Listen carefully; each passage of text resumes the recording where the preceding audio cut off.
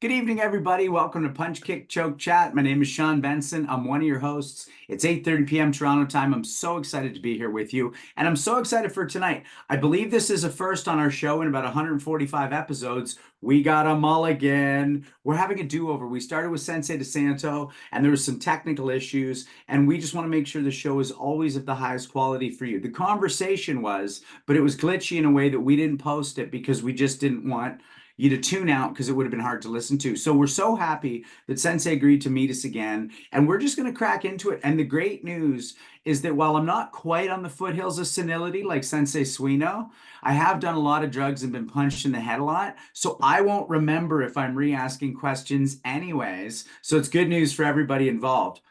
Sensei DiSanto, I want to jump right in. So in the year 2000, I believe was the first time you fought MMA. Yes. Now, you're somebody whose actual classical martial arts is mixed. You've got jiu-jitsu, you've got Brazilian jiu-jitsu, you've got goju. So my question for you is, what is something that a classical martial artist doesn't and needs to understand about what it takes to actually do MMA in the ring or the cage? Okay, so one of the things you have to know is as soon as you enter the cage, you just like any competition, you have to start streamlining your techniques to be as effective as possible. So that's one thing you have to do. You also have to scale your game, not to do so many things, but start scaling on what you do well and how you defend. So this is really interesting because I was thinking about this earlier. I had an opportunity to talk to Greg Jackson.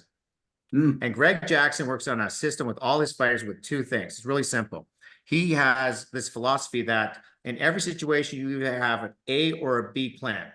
If A doesn't work, go to B. If B doesn't work, go back to A. And it's back and forth, back and forth, back and forth. So all his fighters have an A-B plan when they do jiu-jitsu, when they strike, when they pin people against the wall, and they keep within that structure. And that structure seems to, well, they're very successful. So that was one of the things I learned from him. And that's one of those things that I started doing. And then after the fight, we started looking at, we started training with a lot more fighters.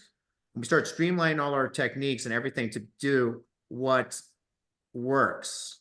And what I mean by what works is what works for them, not just what works in a cage. And that's been my mantra ever since, that you got to do what works for them. So it's not just BJJ. Like some of the things in BJJ will not translate to MMA. Like you're not going to do De La Riva guard. Right.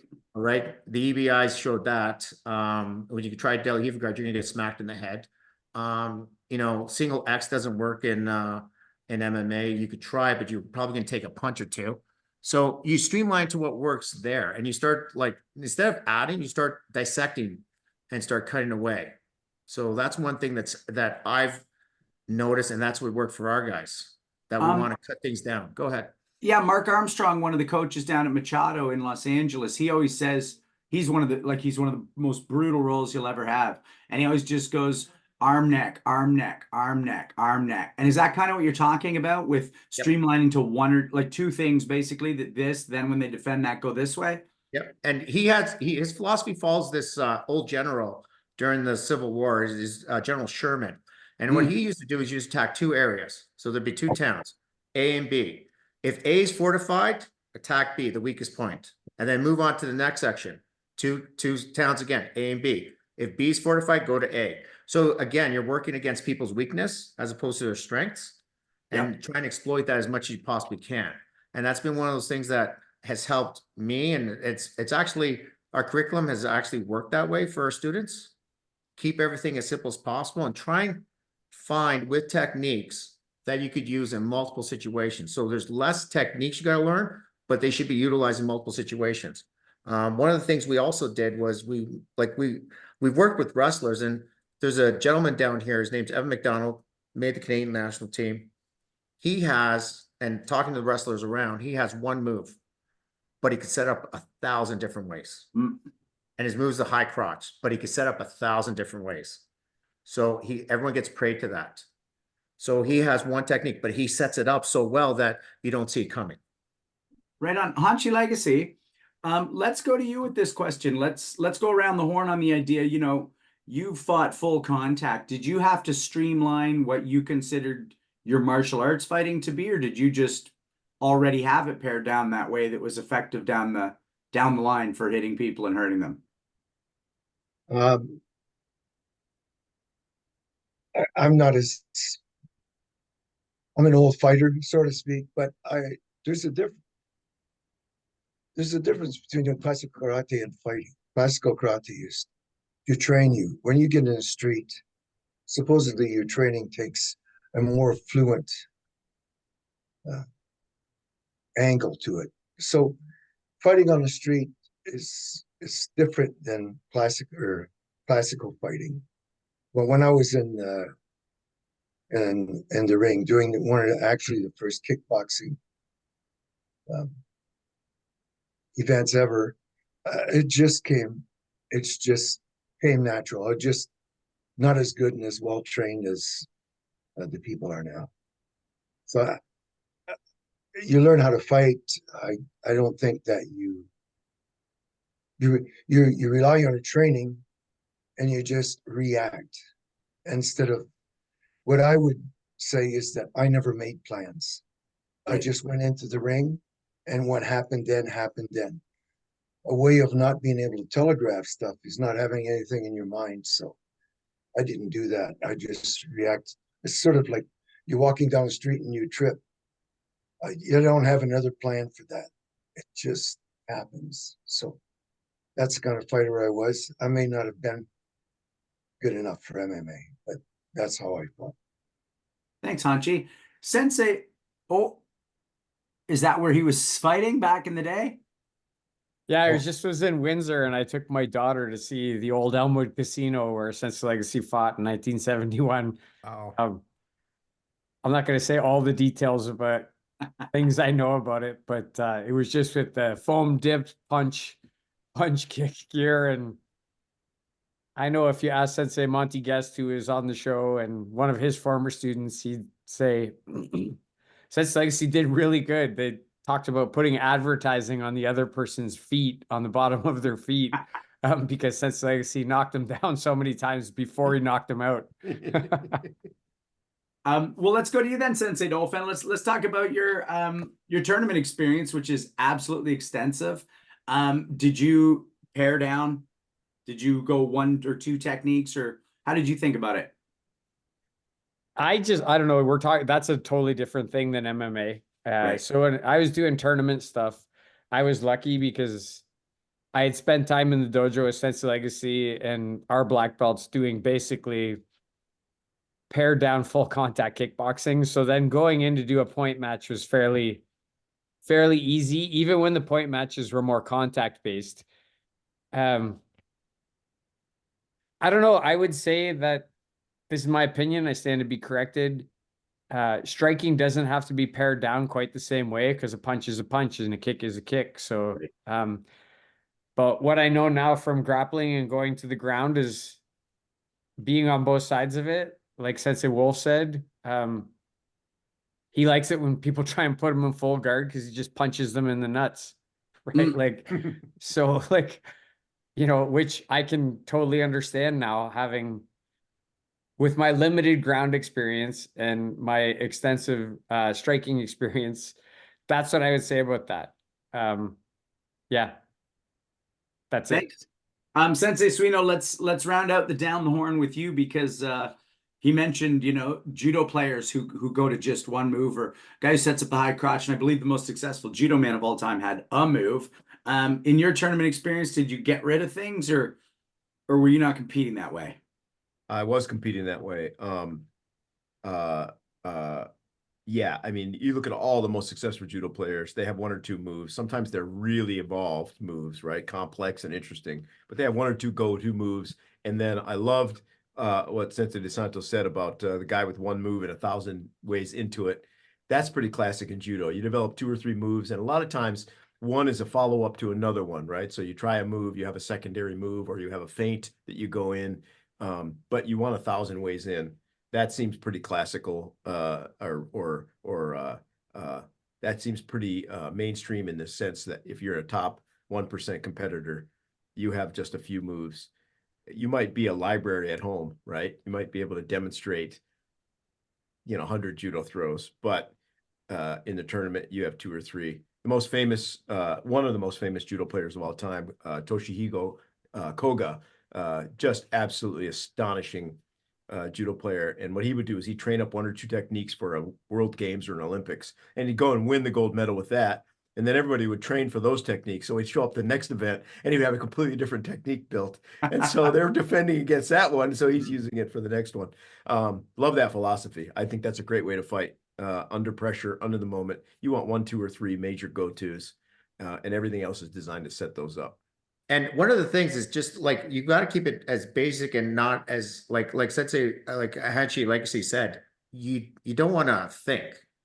You want to go as natural as possible. So by just keeping your curriculum to what works and constantly drilling it, you're going to be going to those techniques. So like Bruce Lee said, he doesn't know how he's going to fight, but it's going to happen. It's the way he trains and what he trains is going to come out. So, but one more thing, we talked about this, Sensei, sorry, Hanshi Legacy said it. When it comes to the street, I'm not going to the ground. You know, I'm not going to pull guard on the ground.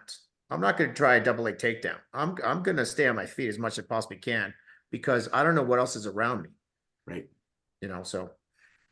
Well, and I've mentioned this on the show like 100 episodes ago, but there's a great interview with Eddie Bravo where he says the reason all the fights go to the ground is because no one knows how to punch or kick. Yeah. If people knew how to punch or kick, you wouldn't get into these scrappy things. And he goes, I wish I went back and did more hand and footwork. And that's Eddie Bravo, who's a legend in the ground world.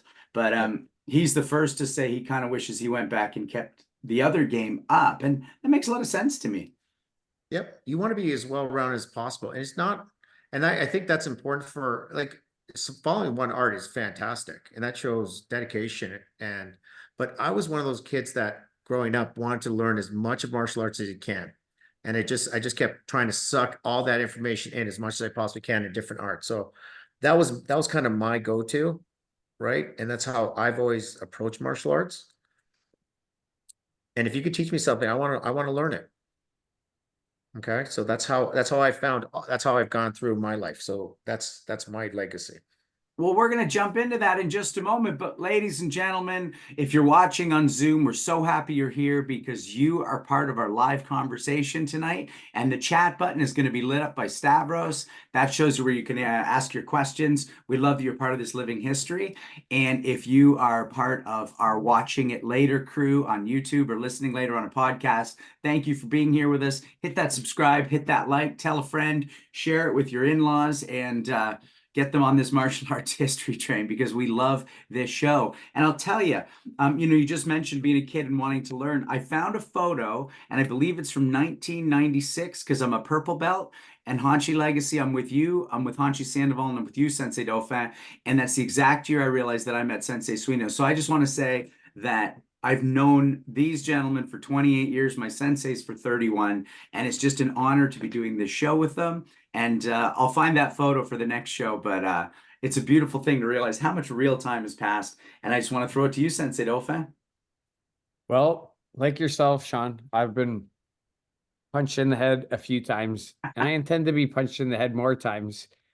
One of the things I liked about this doing this redo is I didn't have to do a lot of extra research. I had already done it. So my day was a little easier for that. So Sensei DiSanto has a BA in history from Brock. Like me, I have a BA in history. Mine's just from Western, which is a better school than Brock. But he has a bachelor's in applied science from Waterloo, which is the best university. And that's because I work there. In the day, he's a high school teacher, and in the evening, he's a martial arts instructor. Sensei DiSanto, as we talked about, he had an MMA fight back in 2000, which is really early for MMA, even though you're 2000. If we said 1999, we'd be like, oh, that's the ancient past. But then if you say 2000, it just seems more relevant. But I do want to say he won that fight, right? I said that the last time, I'm saying it again. He's a black belt in Goju-Ryu. He's a 5th degree black belt in traditional jiu-jitsu. He's a 4th degree black belt instructor, BJJ instructor under Helio Soneca, and he has championships in NAGA, the Arnold Classic, and the IBJJF. In addition, he's a sensei and a close quarter combat instructor and the owner of the Defensive Arts Training Center in St. Catharines, Ontario. And he just recently invited you and I, Sean, down there. We can't go because we have a grading, but I want to say thank you so much for inviting us down there. Hope it happens again. We want to come. If you want to check out his technique, not in person, go on his YouTube channel, which is under his name. Just go Google his name on YouTube and you'll see his channel. I watch his YouTube channel. I watch his Kimura video from the guard, Kimura from the guard and half guard. It's great content. He's a great instructor. He's really easy to understand when he's talking, and then that makes it easier to consume it and apply it. I said this the last time, I'm going to say it again. In the promo for this show, we saw a picture of him with Sensei Andre Lemieux from Tiger's Lair Karate. He's a good friend of ours. He comes to our tournament all the time, works his ass off and helps us out. Love that guy. He's a great martial artist, really good instructor. And so it's just nice to have that commonality. Sensei Suino, Sensei Benson, Sensei Lacey. Yes, everybody on this call has all taught at Capital Conquest. We've all been on the floor together at Capital Conquest teaching, so we have some commonality there. I always like to create people's social network. When I look at Sensei DiSanto's Facebook profile, you'll see lots of people smiling, but also sweating a lot, which I really like. Smiling and sweating is good. Also, I said this last time, I saw some funny pictures of him wearing Star Wars Mickey Mouse hats and things, R2-D2 and C-3PO, which it's good. You gotta have a sense of humor, right? And I want to read Sean a couple of things from his website, some testimonials. So Gerry DiSanto's relationship with his students is outstanding. He has an excellent rapport and his students and sincere interest in them as individuals. His students like and respect him. Gerry DiSanto is outstanding and exhibits a friendly personality, and I recommend him without reserve to anyone.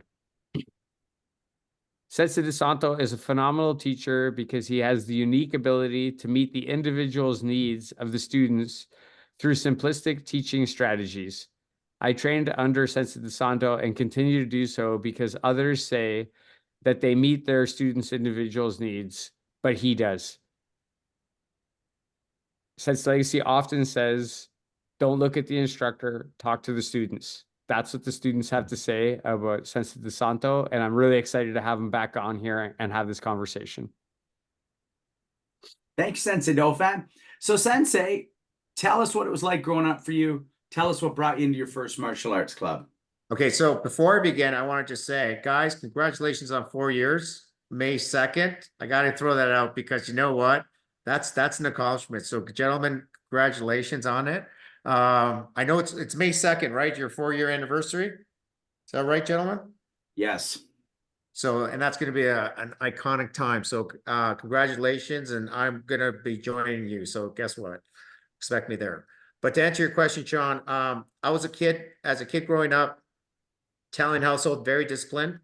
You know, mom and dad ruled the roost. I had an older brother. I played a lot of sports. I wasn't allowed to do martial arts when I was a kid, even though my first exposure to martial arts is I went to watch a film. It was a bad kung fu movie because we were left to our own devices during the day while my parents worked. And I did not know the name of the movie, but I just remember them seeing do all these cool moves. And after, so I wasn't able to do martial arts as a child growing up, even though I wrestled in high school, which was my first exposure to martial arts and combat. And it wasn't until after I played university football or went out to play university football at the University of Waterloo, and I came back to St. Catharines. I started with Goju Karate.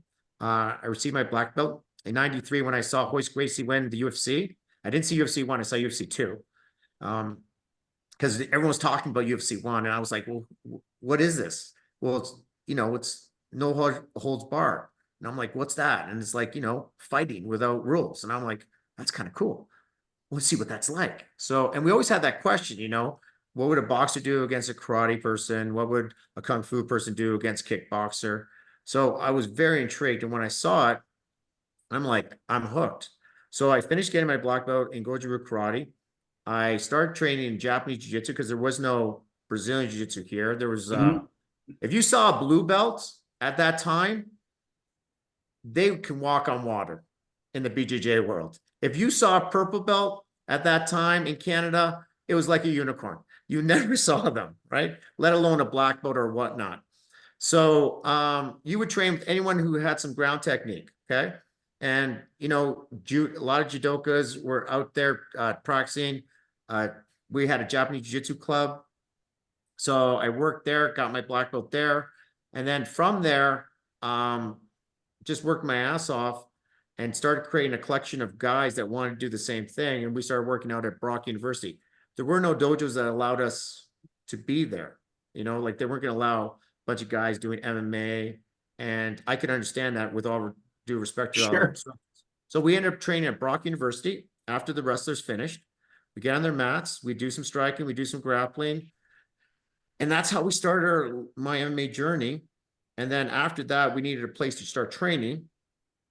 And I'm still practicing Japanese Jiu-Jitsu. I'm working on my boxing. I started doing Muay Thai with Crew and Land from House of Champions, and started expanding my martial arts basis. Had my first MMA fight in 2000. Trained a bunch of guys for it too. And then after that, I started BJJ after that. Oh, interesting. Let me just back up a little with you, Sensei DiSanto, because the one thing I want to talk about is you're kind of glancing over how quickly you got a Goju black belt. And then the other thing is when you then saw that UFC, did you go, I actually want to do the BJJ only, or did you go, great, I need to add to what I know? And were you consciously thinking MMA, or were you thinking I need ground? Great question. First off, I was consciously thinking that I needed to add to my ground. Prior to doing martial arts, as young men, no phones. Mm-hmm.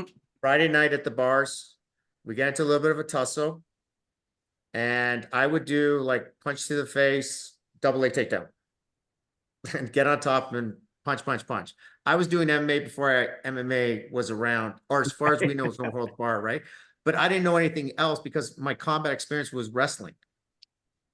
So that worked for me. And so when I did karate, because there was no ground technique, I just knew there was a karate school, and I got my black belt in June 95. Mm-hmm. It didn't take me long to get my black belt because being an athlete, always been coordinated, as far as like being able to move my body and whatnot. And then going to Japanese Jiu-Jitsu, I'd follow the curriculum and et cetera and so forth. But then if we had grappling time, that's when I really shined. Okay. Because again, the wrestling base and et cetera and so forth. So I wasn't shy about that.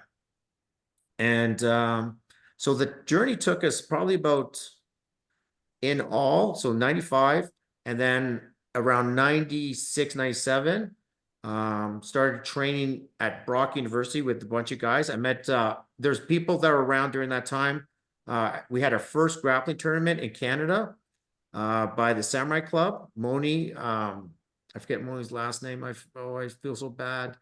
He owned the Samurai Club, and they had people like Carlos Newton there, Joe Gerson from Rev MMA, who owns that club, Omar Servosis from Ascension. They were all training that club at that time, and just continued to expand jiu-jitsu. And we're really concentrating more on MMA grappling than we were Brazilian jiu-jitsu grappling. Right on. So that's what I'm trying to add.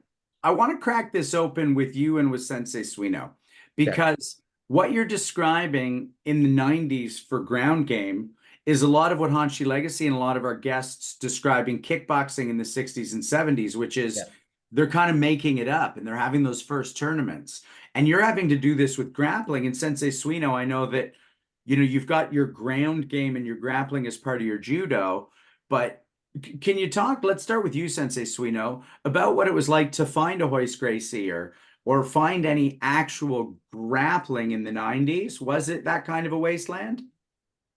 That's a really interesting question. Judo grappling in the sport world has always been so limited.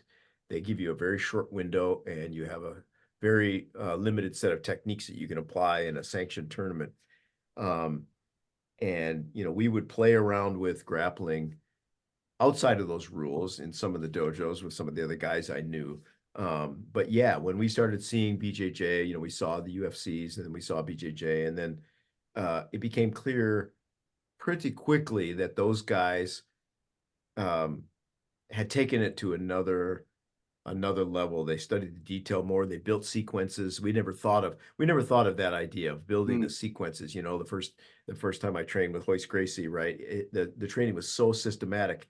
You know, he's like, you do this and then you do this, and there's an out here and there's an out here. We never thought about it that way. We had, you know, some techniques. Okay, you've got a Keisugatame, do everything in your power to get that, and don't let the other guy get it on you. That was sort of the intellectual limits of what we did in those days. And it was fascinating. And since those days, I've maintained both practices, but never tried to take it to tournaments. So there's probably folks like Coach DiSanto that can talk about it a lot more knowledgeably than I can. Right on. So let's go back to you, Sensei DiSanto, and talk about that sort of wasteland that you had to then find a bit of water in. Right. And the whole idea behind it was, we're training at Brock, we're training for wrestlers. So they would actually take a spin on something and be like, well, that looks like that hurt. So let me do that to you before you could do it to me. And it was really interesting. So we were literally piecing pieces together. We're figuring out stuff. We did have people that did train off, and then we gather material wherever we could. And then it wasn't until after our MMA career, and even MMA in 2000 was just not like it is today. You know, we had one style fighters. We had people that come in and knock people out. We had people that would just try and grapple, and you saw it. Right. You just didn't see the cross train as much. So there was a lot of holes there at that time. And then I have a question for you from one of my students, Sensei Sedashev. He's actually one of Sensei Dauphin's black belts. How much influence did your high school wrestling training have on you in your first professional MMA fight? And then is that what helped you prepare the most, that type of intensity that we know wrestlers have? And that relates to a question I sort of have, like when you went to Goju or you went to Japanese Jiu-Jitsu, not to disparage those arts because they're amazing, but did you find the physical component easy coming from how much wrestling demands? Oh, great question. So in high school wrestling, I remember I counted my first, I was in grade 10 when I started high school wrestling. And in that year, all the tournaments that they took us through, we probably had about 75 matches. Wow. In a 6-month period. Like when you go to a tournament, we did a tournament almost every week. We literally had, and you'd have a bracket. I was in a really light weight, so we had a lot of kids my size. So we have like 5 or 6 matches round robin that day, and then we'd go to another tournament, 5 or 6 or 7. Then you go to championship, and you'd be fighting there. So I had a lot of experience with wrestling, and then taking that and going to karate. I didn't mind the physicality. I actually enjoyed it. So sparring was fun. Right. And then in terms of preparing for that first fight, was it something where, like, what did you use as your, aside from what we talked about intellectually, having 1 or 2 things to attack, what did you use physically as your approach? Most It was the wrestling. It was like hit as much as I can, get them on the ground, and just lay my weight on them and just hurt them and punch them. But I won by a rear naked choke as opposed to beating them. Right. So, and even my first MMA fight, I was supposed to fight at 195. The gentleman I fought was 225. Ooh. So I cut weight for that, but the guy was like, I swear to God, I looked across the way, and I'm being 100% honest here. He was ripped. He had striations in his quads. And I was like, what the hell am I doing here? And before the fight, I was with my boxing coach. He was like, give me jab cross, give me cross. I'm like going, the nerves just hit you. And it's like, am I really doing this? Yeah, you are. Okay. Are we going out now? Yeah. All right. I think I'm going to throw up. Okay. But I'm being transparent about the fact that it's nerve wracking. It's not like, it's one thing saying it and then something doing it. And did you have an adrenaline dump, like that notorious term? 100%. After the fight, I couldn't even like lift my arms. I was like, and I had a patch over my eye, and I just was dead tired. The guys I went with all went out drinking afterwards and partying, and I was at the hotel just sleeping. So 100% adrenaline dump. And then talk to us about you've put it to the test, right? And we're going to get to another way you put your work to the test when we get to protection services later. But you put this to the test, and then you go back to dojos and you go back to clubs and back to the mats. Are you seeing things differently? Are you like, hey guys, we're looking at this wrong? Or are you like, this shit works, let's just do more of the same? So what we ended up doing was we started looking at, because of what was available to me as far as information, which was, I was with the Brock wrestlers more. And some of the guys that were fighting at that time, and here's some names that are going to be thrown out. One of the gentlemen that were working at Brock at that time, Sean Pearson, who ended up having a UFC career for a bit, from Toronto, did his education at Brock University, was wrestling at Brock University. Another gentleman was Jeremy Sills. He ended up going to being the first light heavyweight champion under UCC, which started to grow in Quebec, and George St. Pierre started there too, and so did some other famous guys. We started doing more boxing and wrestling, less guard work because we'd probably take a lot more punishment. So you start seeing that evolution, that to be striking to ground and holding down and doing a ground and pound with not very advanced submissions. Right. We weren't doing rubber guard or anything like that. We were just keeping it really simple and just tough. Like everyone was just tough. We'd spar every time we trained. We'd spar and we'd hit each other without helmets and all that stuff. We did. It was almost like we were doing stupid caveman training. Right. So that kind Talk of about the pluses and minuses of that. You got ready for a fight, you got tough, and we used to do like, okay, you got a fight coming up, guys, everyone pair up. Jimmy's in the middle, 5 rounds. You're in the middle, you're king of the mats. Keep going, keep going, keep going. Don't give up, don't give up, don't give up. And that was like every time we trained. And we're talking 3-4 times a day. Sorry, 3-4 times a week. Train like that. So it would be a 2-hour session with a final, let's get sparring there, which looking back is not the smart way of training. So if any of your students ask, what was it like back there? It was not smart training. Like some of the battles that happen in the clubs are more exciting. There's a story out there about Forrest Griffin and Vanderlei Silva fighting at Extreme Couture, getting ready for a fight, which was better than the MMA fights that night. It was full contact, all out, hit as hard as you can. And that, truthfully, you get hurt that way. So you see MMA fighters now, they're not sparring as much. They're working on their stuff, but they're not doing as much full out sparring. They're strategically planning when they spar now, which has been probably an evolution and an appropriate evolution for what's happening. We're going to end with you, but let's start with you, Sensei Dauphin. How often does a student or a competitor need to know they can take a full contact shot? Once, 100 times, 30 times? I don't know. That's a hard question to answer. I'm not 100% sure of that. 0 would be the optimal answer, right? Like, don't ever take like a full contact shot. Yeah, I'm not sure how to answer that. Like, I mean, I'm glad I've taken lots of really super hard shots because I think I got something from it. I think individuals, like, some people are going to take one and that's going to be the end of them forever. Mm-hmm. And then some people are going to be able to take a lot of them. And that person, I don't know. I've always said about me, innately, I wasn't good at much in the beginning. Like even when I got my yellow belt, I've said this before, since Legacy said, you by far were not the best person in this grading. But if I was going to pick somebody to get a black belt, I'd pick you.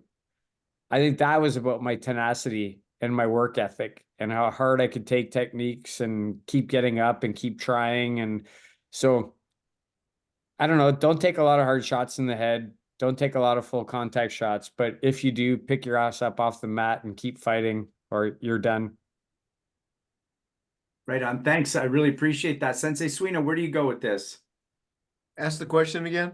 Just how often is it useful or ideal for a student or a competitor to know what full contact shots feel like? You got to know, but you know, that's like one of the, that's like a litmus test or a screen. You know, when you're talking to people that have been through the crucible of tournament fighting or really hard pressure testing in the dojo, those are the people that made it through that, right? They're the people that didn't quit, or the people that Right. didn't get hurt so bad that they never did it again. You know, you got a Vanderlei Silva or somebody like that, right? That guy got hit really, really hard, thousands upon thousands of times, and was still in there. It wasn't good for him. Right? But he was still in there doing that. And all of us on the call, right? We've taken a lot of falls or a lot, you know, got punched a lot, lived through a lot of injuries, probably fewer than we've had. But at the same time, there's a wisdom that comes with that. And I'm not sure there's any other way to get it. You can build skills, right? You can build skills with training sub full contact or sub full pressure. But there's a wisdom that comes from getting hurt and continuing, or getting thrown really, really hard and realizing that you weren't dead yet. I don't recommend it for anybody, but I'm not sure there's some lessons you just can't learn any other way. Thanks. And before we go to Hanshi Legacy, I just want to say, I want to reiterate a bit of what Sensei Dauphin said. Like, I'm looking forward to getting punched more because I want to keep training this way. And there is a certain wisdom you get from it. And maybe it's an absurd or masochistic one, but I like it. Hanshi Legacy, how important, if at all, is it for someone to get rocked exceedingly hard as a competitor or as a student? Well, again, I agree with Randy. That's a tough answer, but you look at some persons and you look at others. You look at Ali. Ali, he got rocked a couple of times, but most of his career, he was smart enough to stay away from it, we'll say, even though he got his jaw broken, etc. And then you look at Jean-Yves Thériault, nobody rattled him around all that much. Yes, he got hit and he got rattled, but it wasn't necessary for him to get the crap beat out of him every time. I think once is enough. And that sort of makes you realize what your training is like, whether you've been prepared to take it as well as hand it out, and whether you're in the right place as far as if you have the intestinal fortitude to be this type of a fighter. So I think it's all by experience, and you'll find yourself either quitting or staying, and that's about the gist of it, I think, as far as just like getting hit that hard. You know, as you know, I've been hit a couple of times. I sort of felt like a flag a couple of times fighting a couple of guys, even in non-contact, that I actually got hit in. So I think one good shot is gonna make you realize how much power is out there. Thanks, Hanshi. Back to you, Sensei Dauphin, before we go to Sensei DiSanto to wind this topic up. I guess one thing I want to add is that if you're in a good martial arts school, it's going to happen to you. Whether that's on the ground, whether it's wrestling, judo, BJJ, karate, you're going to take these shots. And if you're not, go find another school. Okay, because Sensei Legacy said this like decades ago. You need to expect to be roughed up when you go into a fight. If you're going into a fight in the dojo, wherever, like I don't care where it is, and you're thinking, I'm not going to get roughed up, you're not in a good place and you need to find another place. When I go on Friday night to my own club for fight night and I'm going to fight a grown man who's a yellow belt, I'm expecting I'm going to take some shots there. I'm going to get roughed up. The other guy's going to try too, right? And if I don't have that mindset, I've got the wrong mindset. And that wisdom that Sensei Suino was talking about, I think that's where it comes from getting roughed up and expecting to get roughed up and looking to it. Thanks, Sensei Dauphin. Anything you want to add to that, Sensei DiSanto? I think there's an honesty when you like spar against someone and you fight someone, and the honesty is, you know, you know, like really basic. Like first time most people spar, their hands aren't up. Bang, you get hit in the head. Well, keep your hands up. You know, it's going to show what mistakes you have in sparring. Okay, your hands are up, but they're not high enough. So if they're too high, then I'm gonna kick you in the leg. Okay, so now you gotta start gauging different things. So one of the things I say it's honesty, because someone's gonna expose what you do wrong and what your bad habits are. And it could be as simple as you throw a jab and you kind of loop it back, you don't bring it straight back. That's an opening for someone to take advantage of. So I think there's an honesty to sparring and fighting. So, and it's good for you to fight. It's good for you to see where your errors are and work on them. That's just, it's like negative consequence. Your mom tells you not to touch the stove. It's hot, touch it. Oh, that's what hot is, eh? Same thing. You got to learn. And sometimes it's better to learn through consequences. Amen. Thanks, Sensei. So, Sean, hey, if somebody asks you what it's like to get punched in the face, don't answer the question. Just punch them in the face. just show them. It's the early 2000s. You've won in full contact, MMA, your Japanese jiu-jitsu, your goju, your boxing, your wrestling, and then you start to find actual Brazilian jiu-jitsu. Talk about that journey and talk about how that changed your path. Well, we were working at Brock, and we had to start having our an own facility. So we broke off, and I did what every martial arts enthusiast decides to open up his own club and start running kind of like a set training days. And we had a good group of guys to start off with. And they started wondering, well, we're doing all this training, what do we get out of it? And what they're really asking is for rank. And they really wanted to do, and I said, well, you know what? I need to get myself better too. If I'm going to be good to my students, I got to get myself better. So I started looking for successful teams. And one of the more successful teams that was out there at that time, Sylvio Behring had a great name. He had, there was Sylvio Behring Club in Toronto. There's one in Oakville. And since then, it just grew, it grew. And that was the first exposure to it. And Master Sylvio Behring is a gentleman who teaches progressive self-defense system. And he puts moves together almost in a cut-off form with a partner. And so that was my first exposure to BJJ. And I worked up to with some of the local people that Master Sylvio was, or his students. And then learned BJJ that way, brought it back to my students, drove up to Oakville, drove up to Toronto, got technique once a week, came back, taught it, reviewed it, drilled it. We kept doing that for years. And then I met Roberto Atalla, traveling to the States, and he and I were just more connected. And got my purple belt, my brown belt from him. He lived with me for weeks at my house, and we train every day. And it'd be like 10-minute rounds of rolling, working on technique. Here, Gerry, look at this. And we'd be showing video. We'll have conversations about jiu-jitsu. We'll have conversations about fighting. And then he moved to Europe because he had an opportunity to teach in Europe and open some clubs. It's called the Rio Grappling Clubs.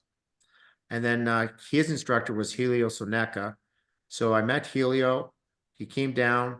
He worked with me. I went to his club, and he presented me with his black belt. And the ceremony was really touching because Roberto Atalla sent a video about me, and Helio played it for me in front of everybody. And it was like that whole statement, you know, when I first met Gerry, you know, great student, and talked about our friendship. And it really was something that I remember well. And that happened in 2009 when I got my Brazilian Jiu-Jitsu black belt. Just going to ask you this directly because we've talked about this at great length on the show, but talk about the relationship outside of the dojo or the club and how important that is to get what you're trying to get inside the dojo or the club. Are you talking about the relationship with the students outside the club or the instructor? With the student, with your instructor. Okay, as our relationship with your instructor, you have to kind of, my relationship with my instructors were not just as a student instructor, but as friend and mentor. It was more like a mentorship program. and we were really be talking about like I ask people all kinds of questions, and I want to figure out what, and I ask about situations. I'm not shy about asking people questions because I want to know the information and be the best I can be at doing that. So whenever I was with any of my instructors, I'd ask, like Master Sylvio gave me a very simple self-defense for guillotines. He says, Gerry, we don't teach this to men, we teach this mainly to women because it's easier for their size and stuff like that. And I'm like, that's the one I want. I want easy. I don't want hard. And like they were doing more harder working, like you jump up, hold the neck and stuff like that. Well, the women were doing another technique that they're taught mainly to women. I was like, that looks better than what I do. So he would give me like simple text. I would ask all kinds of questions. So I think the relationship as an instructor, and you guys have all gone through this with your instructors, I'm sure. They're there as a vehicle to give you information, and there's someone that you kind of mentor with, and that mentorship becomes a friendship. Appreciate that. While you're doing all this BJJ and getting towards your black belt, are you training your other arts still, or are you focusing pretty solely on the grappling at this point? So at this time, I'm still kickboxing with Crew of Land. So I'm driving up to Stony Creek to see him on every Friday. I'm boxing with Billy Irwin on Sundays. That was my boxing coach. And then I was doing BJJ at my studio and trying to get up every once a week, sometime between Tuesday or Thursday, get a BJJ class in, and still working on my wrestling. I have wrestlers come in every other week to work with me on my wrestling. And talk about any body problems you're having, or are you conditioning outside of your martial arts to stay strong for, I mean, that's an incredible volume of work you're doing. It is, but I kept a strong weight routine. I kept a great cardio routine. I met a great chiropractor. I can't emphasize that enough. If any of your students are out there, find a good chiropractor, find a great massage therapist. If you don't have one, find one, because it's preventative, if anything. So it keeps me training, right? So I found a great chiropractor that just knew how to get me back normal. And I can't emphasize that enough. And you guys could talk to that about being active in preventive measures, making sure we take care of our bodies first so we could actually be on the mats. So I'd love to talk about that real quick. Let's go around the horn. I mean, I'll just start with myself. I have a team. I have an osteopath, I have a massage, I have a physiotherapist, and I have my trainers that aren't my martial arts instructors. And depending on what the tweak is in my body, there's a difference between osteo and massage. Yep. And when you do enough of that over 30 years, you know the difference. Like, oh, this is an osteo thing. No, this is a soft tissue massage thing. No, this is a stripping physio thing. And it's I wouldn't be able to do what I do without a team. I mean, what about you, Sensei Suino? What kind of external, not just weight conditioning, but support do you have, or is that not part of your jam? Oh, it's a big list.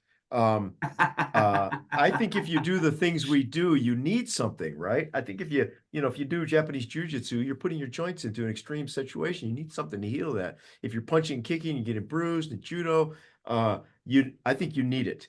I work out all the time. I do stuff, I don't know what to call it. It's probably similar to CrossFit or whatever. Trying to maintain the integrity of my joints, trying to maintain the vitality of muscles. I'm very conscious of nutrition. I take a lot of vitamins very thoughtfully with a lot of science-based research. I have a chiropractor. On and off, I use acupuncturists, massage therapists. I have a conventional doctor who is willing to engage in deep conversations and listen to my insanity. I've had stem cell therapies. I believe in all of it. I want to live to 150, and I want to do martial arts as long as I can before I fall off that cliff. And so I put a lot of time and energy into trying to stay healthy. And I think everybody that does this for a long time should do something to maintain their health. I love that. Let's go to you, Hanshy Legacy. You're the old school guy in the call. What do you do, if anything, outside of the martial arts to recover from the martial arts?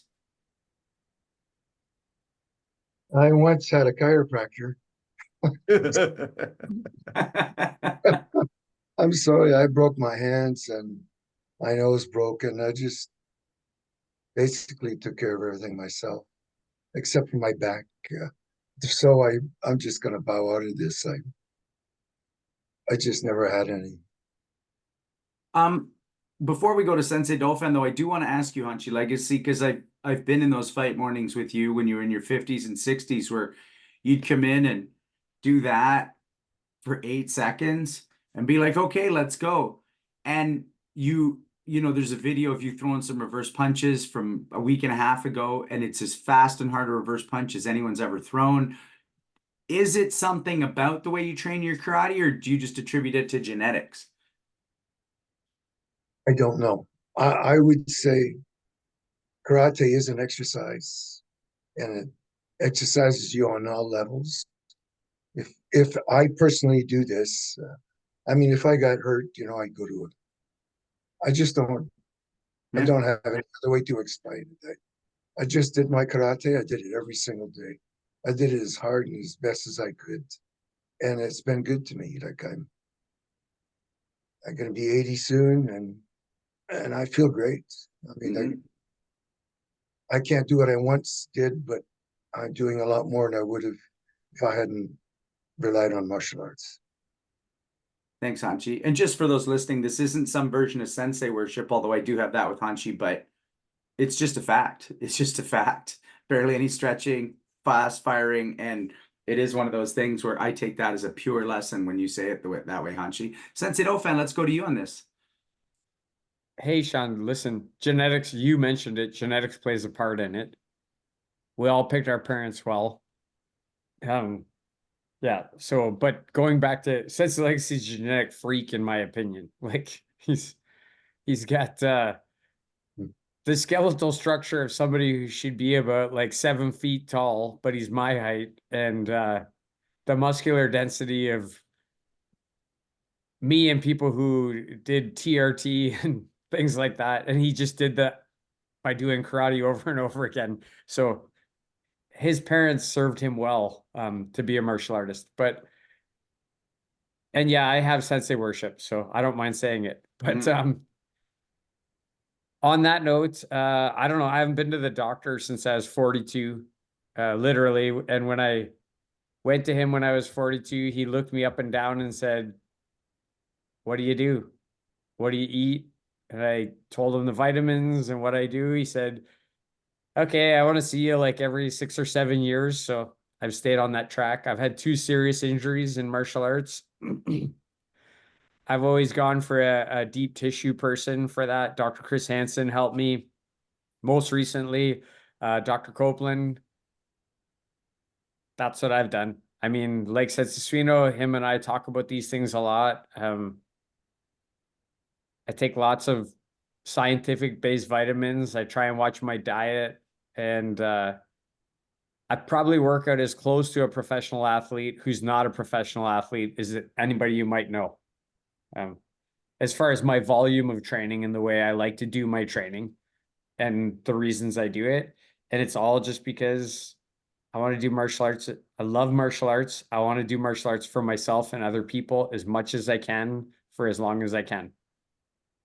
Right on. Let's go back to you, Sensei DiSanto, to put a button on this before we go to your 10 questions. Yeah.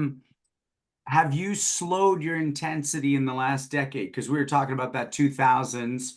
How are you training with that kind of volume still? And is that what the team's for? Or have you found a version of a taper as you get a little older? Okay, so great question. Since we had that team of fighters, we also moved to more of a conventional martial arts. We started realizing I can't survive with a fight club.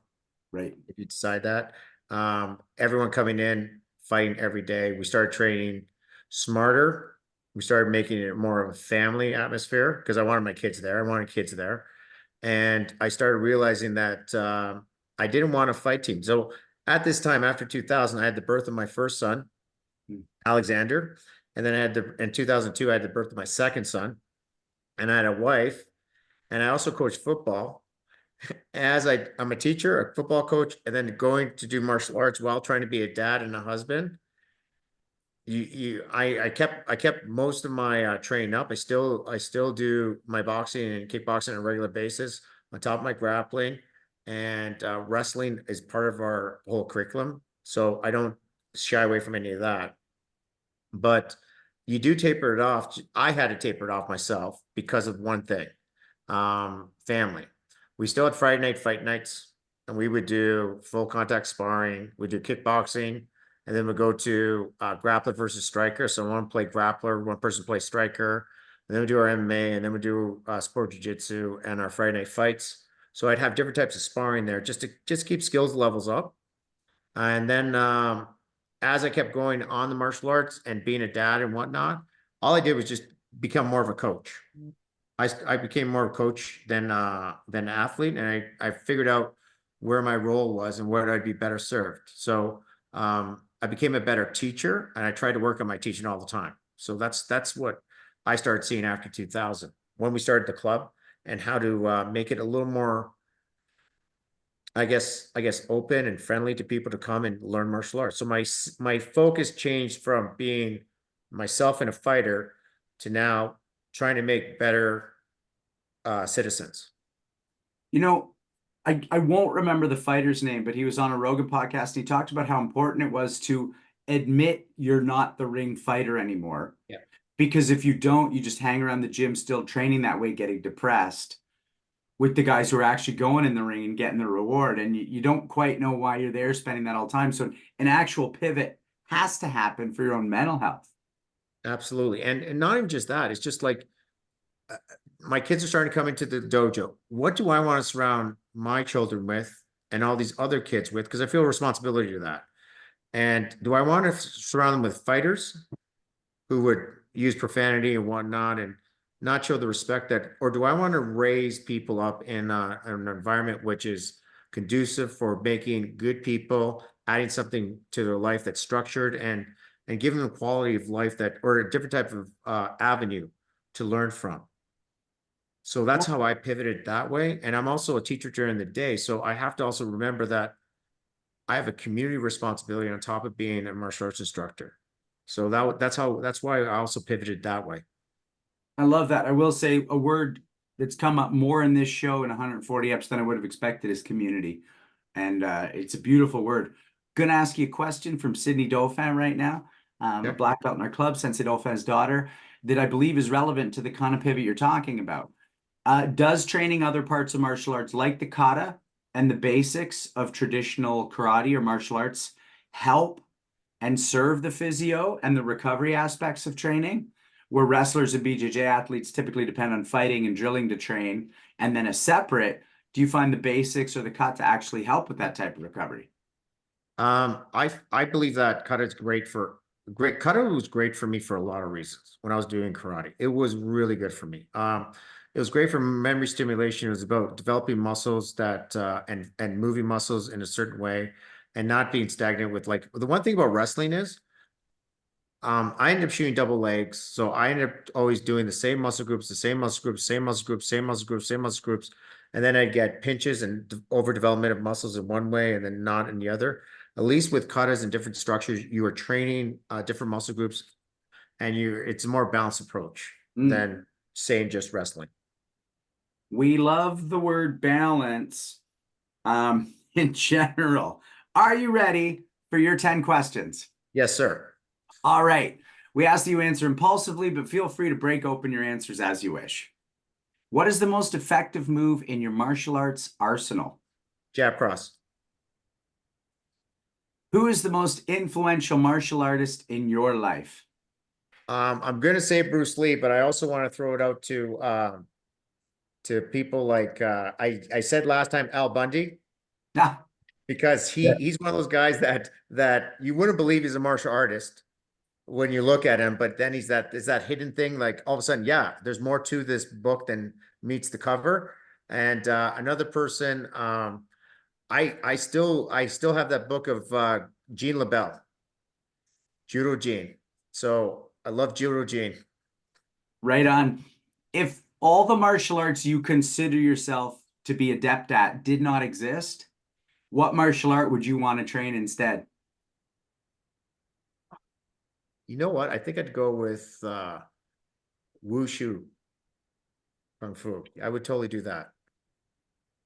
because it's Can you- so cool. It just Yeah, the flying through. I think the flying would be cool. I really would. I don't, now, could I do it? No, but I would love to try. So just because it's cool and acrobatic, is that kind of the basis Yeah. for that? Yeah. I'm a short guy. It'll look kind of cool flying through the air, you know? Well, and again, we don't want to derail these 10 questions too much, but you mentioned those movies you grew up watching, like Sleepovers and 1970s Kung Fu movies are half the reason I got into this, is Oh, yeah. all that absurd and amazing flying around. Do you guys ever remember? We had it back, and well, we had it in Niagara. We had martial arts matinee. Saturday afternoon, martial arts movie were playing, and I would watch all those bad kung fu movies all the time, and I'd be like trying to practice those moves and mimic them in my backyard. And during snow days, I'd make a snowman and start kicking him in the head and punching him and doing. I was like totally obsessed. Same, absolute same. What excites you most about the next 5 years of your training? Expanding my roster of martial arts. So I'm doing close quarter combat sambo now, and I continue doing that, and just adding more to learning more stuff. I want to learn more stuff. If heaven exists, what would you like to hear God say when you get there? You did okay. You did okay, kid. You've touched upon a few, but do you have a favorite film and television martial artist, even if they're not legit amazing in real life? You know what? I remember always like wanting to see Texas Ranger Walker. Chuck Norris. Got to go back to Chuck. Is there a martial artist living or dead in all of recorded history you would like to train with the most? I would like to train with Judo Gene LaBelle. Hmm. So I would say Judo Gene. Yeah, that'd be one. If everyone in the world could have the greatest benefit you've gotten from martial arts, even if they never understood or trained once in their life, what benefit would they get? I would say the confidence to walk in situations and know how to handle them. And I don't mean like physical. I mean like even just like de-escalation, talking people down, having the confidence to talk people down, have the confidence to walk away so you don't have to fight if you don't need to. And if it does come to something, just being ready to do that. Like just being prepared. And our last two questions come as a pair. What is your Sure. greatest achievement and what is your greatest regret? The greatest achievement is being married to my wife for 26 years and having a beautiful family with 2 boys. My greatest regret is I didn't start martial arts earlier. And I wish I was more mature in some of my early days. I was pretty immature about stuff. I wish I took it. I wish I appreciate the time I had. And I don't think I did. And that's a maturity issue with me. Yeah, I appreciate that. I think I said something quite similar. This is for Sensei Suino. Before we get into your security type work, your personal work, talk to us about the Sambo. We haven't had a ton of guests on here who've dug into that. Tell us where that fits. Tell us about that related to other martial arts. I mean, it's fun to watch online, and I feel like it's getting a bit of that jujitsu vibe from 10, 15 years ago where people are kind of sitting up and going, Sambo's kind of fucking cool. Okay, so the sambo we're doing is the military sambo. So it's under Phil Duncan. You guys already had Phil Duncan on your podcast.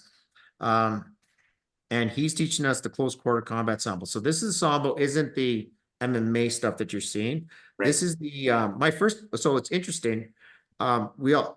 Everyone meeting at Capital Conquest. I met Phil Duncan, 2023 Capital Conquest. He was teaching a gun disarm seminar, and I'm like sitting back going, I was looking for somewhere to go to learn something. I was off that time, so I went to look at somewhere to go. I saw him doing guns, and I was like, I want to see his gun technique. I jumped in. His gun technique was better than mine, or what I had as an answer. So I stole it and put it part of the repertoire. We started talking. He lives down in Niagara, just like me. So we all of a sudden became friendship, and we started training together. And it's more of a military system. So we're not doing the MMA version, which you see online right now. He's doing the military version that's taught to the special forces. And his instructor was a special force person who migrated to Canada, left the army, went to Canada, and he pretty much hid out in Toronto because he was always fearful that he was going to be recognized or assassinated or whatnot for deserting the military, and trained a small group. And Phil is one of those guys that actually for 20 years used his close quarter combat sambo in every herring situation. And some of the stories he tells about going into a really dangerous part of Toronto. They break in, he's the second person in or third person in, and he has to disarm 3 or 4 people and get rid of them. And that was like, that really intrigued me, and we've been training that ever since.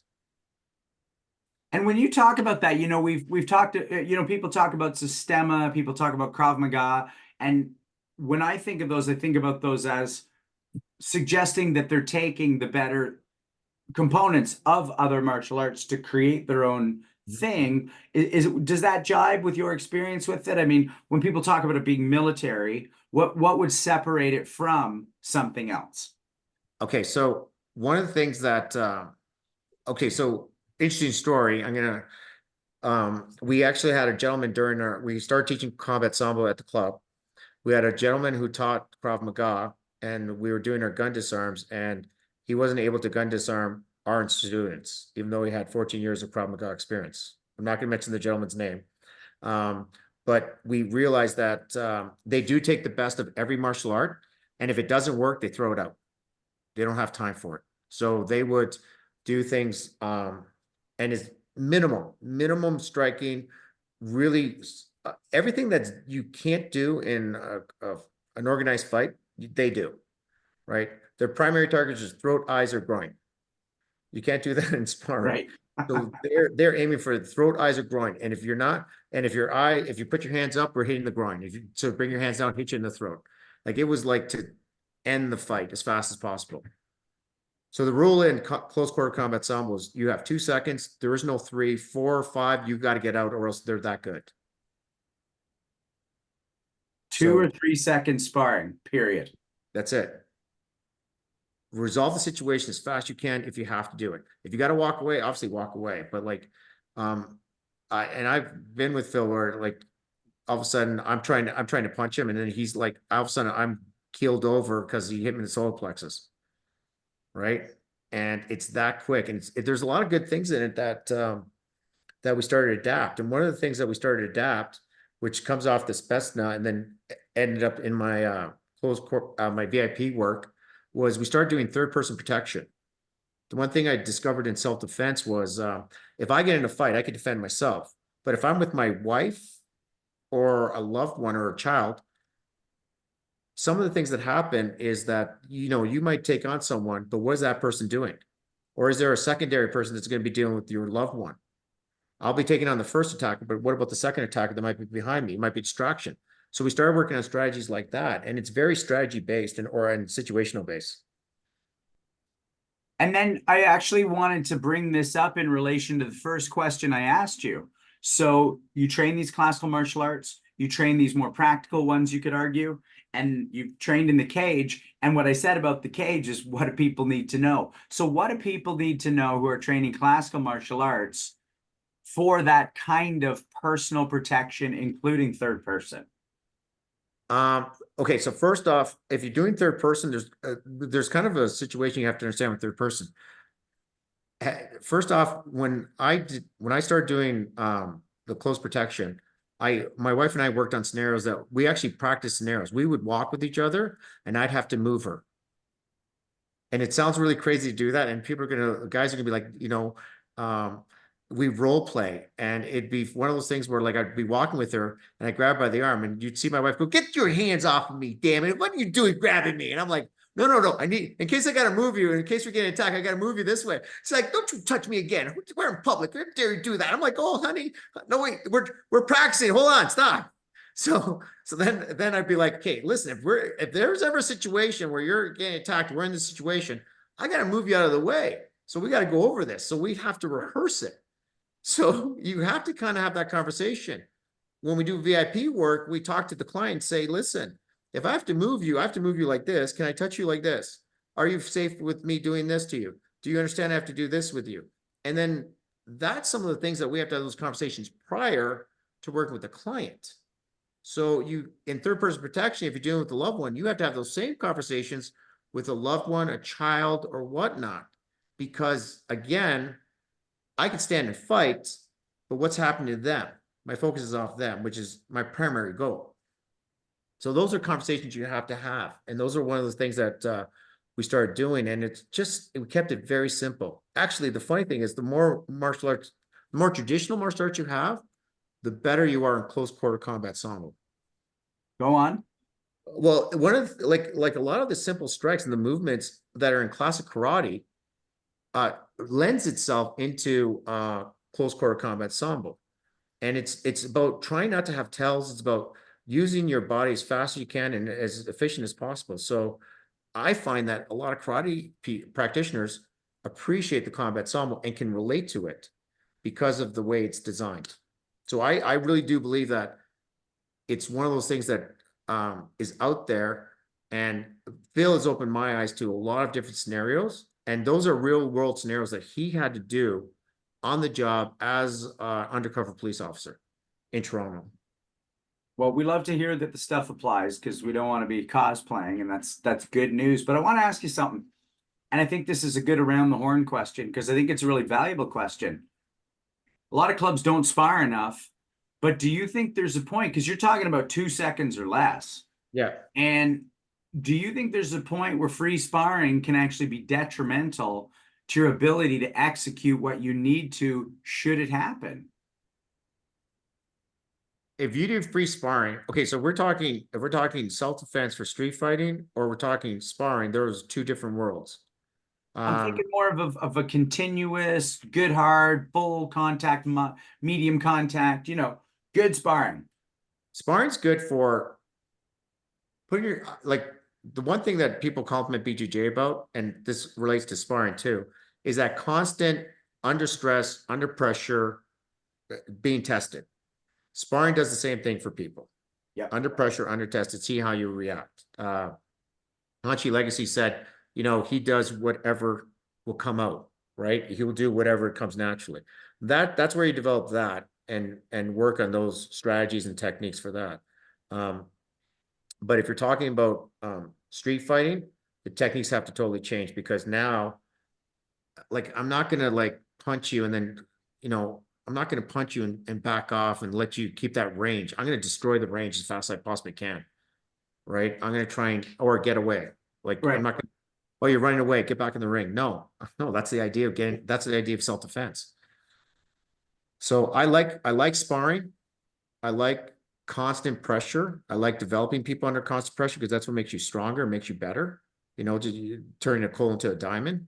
But for street self-defense, you want to work street self-defense. Sensei Dauphin, let's go to you with that question. Is there a point where the type of free sparring, kickboxing vibes that not enough clubs do can actually be a detriment for immediate street type response? I don't know if it's a detriment.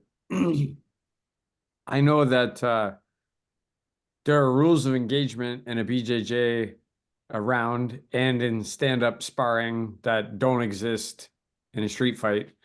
So you should never depend on somebody else to believe your fantasy, right? And participate in your fantasy of how you think it should be. What Sensei DiSanto just said that I liked was, I literally, like 2 hours ago, I was just teaching it in my class, was you have to control the time and the space. If you control all the time and the space, then you're in probably a pretty good situation if you're controlling the time and the space. I also like that he just said it's in, not out. It's all in, right? And that's what I like about classical karate, actually, and kata, is that the kata teaches you to go in and finish, not go in, step back, shift, ba ba ba. It's 1, 2 moves within a second or less. That finishes everything, or it should, or you're probably not training properly. That's where I take it. But yeah, I think you should train hard. You should grapple hard. You should stand up hard. It does make you a diamond. It makes some mental tenacity that other people will not have. Mm-hmm. Right? Somebody who's done 10 or 20 years of like hard sparring is going to pick themselves up more times than somebody who's never done it. Mhm. Let's go to you, Sensei Suino. Where do you go with the idea of, randori or free sparring in ever compromising the ability to just go? I think that's possible. But I don't accept the argument that you shouldn't do those things. I think as Randy just said, they toughen you up physically and mentally. They allow you to study techniques in real time, to hone your game, to be physically fit, to tolerate pain and discomfort. The question then is, can you make the mindset shift you need to make to go from that? I was thinking about it as Coach DiSanto was talking, and I was thinking about how, if I get ready to roll with somebody, I usually just try to relax. So I know that's going to be a long, sustained thing, but that would really be a mistake in a instantaneous match, instantaneous street fight. I want to be physically relaxed, but I don't want to be that. I don't want to have that long-term mental relaxation. I want to be decisive and quick. So maybe you need a few street fights, or you need a few high pressure training situations to train that ability to switch. So I don't think the technical training necessarily needs to be different. It's just my opinion. But I think somehow you have to acquire the mindset for a street fight, and it's a different mindset. Thanks, Sensei Suino. Hanshi Legacy, what do you think about the idea of free sparring? Maybe, you can let the moment pass by in the real world, or is that not a thing? Personally, I don't think so. Because fighting is fighting. First of all, you have to be able to recognize if you're sparring in a dojo for a point or not, or if you're standing in the street and you're in danger. So the thing is to be able to recognize a technique coming at you from 0 to 40 miles an hour. You have to spend a lot of time fighting to be able to recognize it, not halfway or 3/4 of the way out, but at the onset. And you recognize those quick, easy, quick movements from the very beginning, and you can already read what's happening. So, and the other thing is you have to be able to relax. You have to be in those situations in order to be able to relax, to be relaxed enough to read what's actually happening. If you're moving around or you can't see things as well as just being relaxed. And Richard Kim, who was my sensei for 10 years, used to say, legacy, except we said it with an R, legacy. Mm-hmm. You have to stand up in the eye of the tornado and stand very calm while everything else around you is going crazy in order to pick out the thing and the time to attack or to defend. So I think the more to fight, the better a fighter you become. It's just that you need to recognize when you're fighting in the dojo and playing tag, or you're defending your life in the street. And without going any further than this now, I've been in both situations. Most of the fights ended up very quickly. Thanks, Hanshi. I just wanted, before we go back to Sensei DiSanto, I really like what you said, Sensei Suino. Like sometimes if I know I'm going to do a 5-minute round with one of my students, stand up, or a rolling round, and it's going to be a long day, yeah, I'll breathe and I'll ease into it. But the flip side is I think about how many videos there are, let's say, of not even like a top tier boxer who will just knock out 6 guys in the street. And that boxer's not training self-defense, they're boxing. They're training a sport. But how, Sensei Dauphin, you always say this, you're training to defeat relatively untrained people. And when you watch somebody do it, it happens so fast and so easily. Any button you want to put on that, Sensei DiSanto? So in Close Quarter Combat Sambo, they actually are trying to train for, I agree with everything you guys said. Close Quarter Combat Sambo, they're always looking at, the way they trained their people was that you're fighting someone who's as elite as you. So it's that upper 1-2% that you're looking for. And that was one of the things that, because you don't know, like Hachi said, street fight, you gotta go. We don't know what they also bring to the table. Like we don't have, 3 months to prepare for a fight, look at video, call, hey, Hanchi, this guy does this. What am I supposed to do? No, we don't have time to do that. We have to go with what happened. So, and also one of the things I gotta say is that when we did the Close Quarter Combat Sambo, a lot of like Ippon Kumate's action, like they adopted Ippon Kumite version where it's one action, single strike kind of thing. That lends itself from the karate art to a military art, which I found really interesting. And I was able to relate to that very quickly. I love that. And I love the way you're saying that. I mean, I've always loved the idea of martial being an actual part of, I mean, we forget, or maybe we don't, but martial arts, not sporting arts. And when you're reminding us, which I really appreciate, that the stuff we've spent years doing, no, that works out there in these close quarter, these Krav Maga, these Sambo, these personal safety type situations. It makes sense to me because it's like, right, I signed up for a martial art, which is part of the reason I wanted to do it. Yeah, can I add one thing? I remember teaching at a symposium, and it was all karate students, and they were sitting back, and I said to them, you guys do BJJ, you just don't do it the way I do it. And they would say, what do you mean by that? When you do your short stance with your hips in, that's your arm bar. Same technique. When you guys do a high block, when you do the chambering, if I grab a gi and I grab the other side and I do my high block, it's the same thing. I'm just taking the bunk guys and just changing it to something else. That's all I did. So we all speak the same language. It just depends on how we articulate it. It's just different dialect, I think.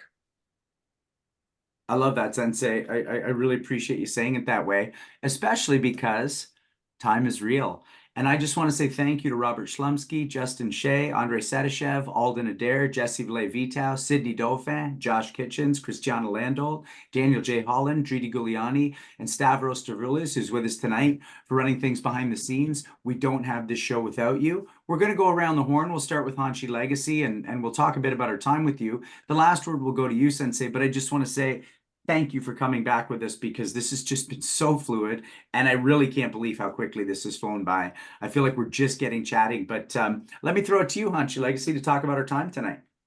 Time was great. I'm glad we got to redo it. And you're absolutely right. All those movements are the same. The initial 10 movements were major muscle movements were invented by Buddha. And then they all carried down and into the martial arts. So you're absolutely right. You are doing one of those 10 major muscle group movements when you're doing all martial arts. It was a great experience to listen to you.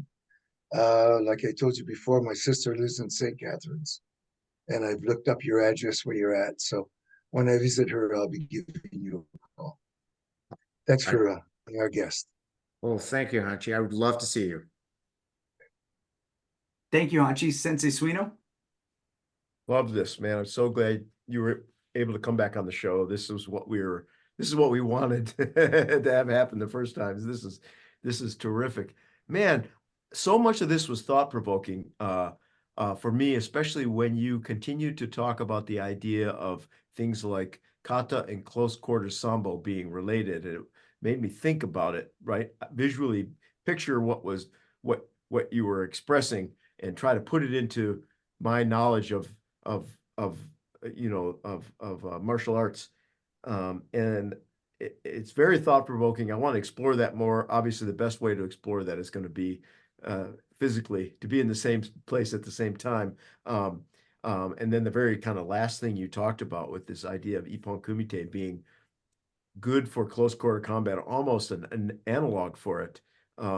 I remember, I've done lots and lots of Ippon Kumite and karate over the years, and it's a one attack and one counter. And it sounds like that's the extent of a lot of these street fighting encounters, which means those things are not academic exercises. They're real training. So it's just another way of thinking about it. And I don't think we've had anybody come on the show and share those ideas in that way. So that was awesome. 100%. I'm hoping we'll see a Capital Conquest, and many other places. Thanks for coming back on the show. This has been amazing. Thank you, sir. Thank you very much. Appreciate it. Thanks, Sensei. Sensei Dauphin? Well, I loved right off the hop that you referenced General William Sherman from the American Civil War. Only a history student would reference that individual. You also said at the onset, if you can teach something, I want to learn it, right? And what I like about that statement is first you need to be able to teach it for the other person to be able to learn it. So I like that you said that. I liked when you talked about barroom MMA, punch to the face, double leg takedown. That's, I feel like that works in most of the situations. One solid punch to the face, grab the legs, slam them to the concrete. You're probably doing okay. In 2000, you had a lot of single style students, right? Like, which I think there's still a lot of single style students, and I hope there are, but I hope their minds are a little bit expanded beyond their own style, right? That they're picking up other things. Something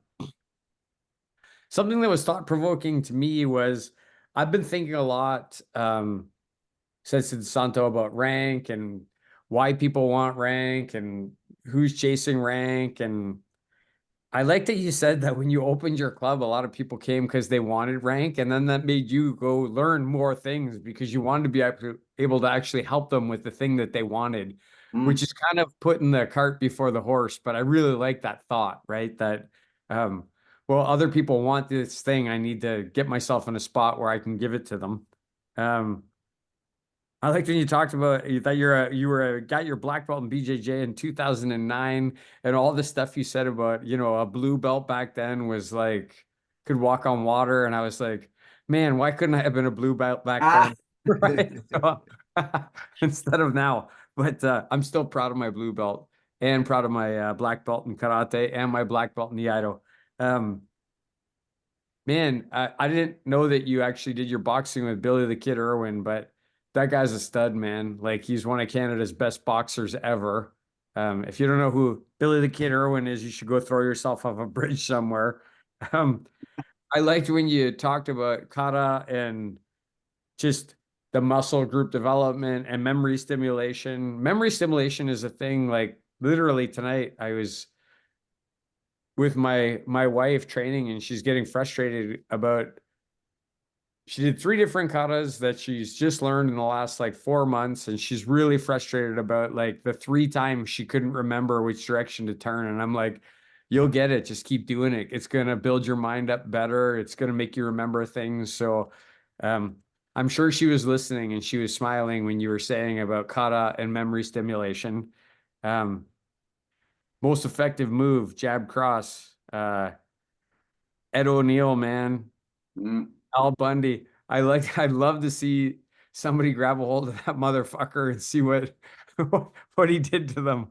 But also, you mentioned Judo Gene LaBelle. Really wish we could have had him on this show. Any guy who could make Steven Seagal piss his pants is somebody that I want to train with, personally. You would like to train in Wushu? That's a good one. Next 5 years, expanding and learning. God tell you, you did good. Favorite TV movie, Chuck Norris. Who doesn't like Chuck Norris? A real martial artist who transcended and moved his way into acting. Confidence, greatest benefit. That's the same thing Sensei Legacy said. Your best achievement, being married with a great family. Your greatest regret, just being more mature while you're doing things. We can all relate to that. Wish I was mature earlier. Yeah, love the stuff we talked about with Combat Sambo. Just really love that we could do this again, and super proud to have had you on here. Thanks again for inviting Sean and I to your training event. I really hope we can do that because I really love to train with you. I know I got a lot to learn from you. So thanks so much for coming on. Thank you again, sir. Thanks, Sensei Dauphin. I get to chip in so much during the interview, but I just really want to stress how much I appreciated you linking what you do to what we do. I think not only do I appreciate it as a martial artist, but I appreciate the respect and the common language that you created, and that's really special. And the last word goes to you tonight. Gentlemen, first off, congratulations on 4 years again. And I got to say one thing. I see Sensei Copeland's Martial Arts Center down here. Sensei Copeland housed me before my first fight in 2000. We didn't have anywhere to train, just to practice. Sensei Copeland opened his doors to us when it was closed. So to Sensei Copeland, I gotta say thank you. And I gotta throw that out because I didn't forget about him. So let's give it up to him. Okay. But thank you, gentlemen, for having me. I do appreciate it. And keep up the good work. There's not enough good Canadian content going out there, especially when we should be proud of a lot of the martial arts we have locally. So thank you again, gentlemen. And it's been my honor. Thanks, Sensei. Thank you, everybody. Thanks, everybody. See ya. Good night.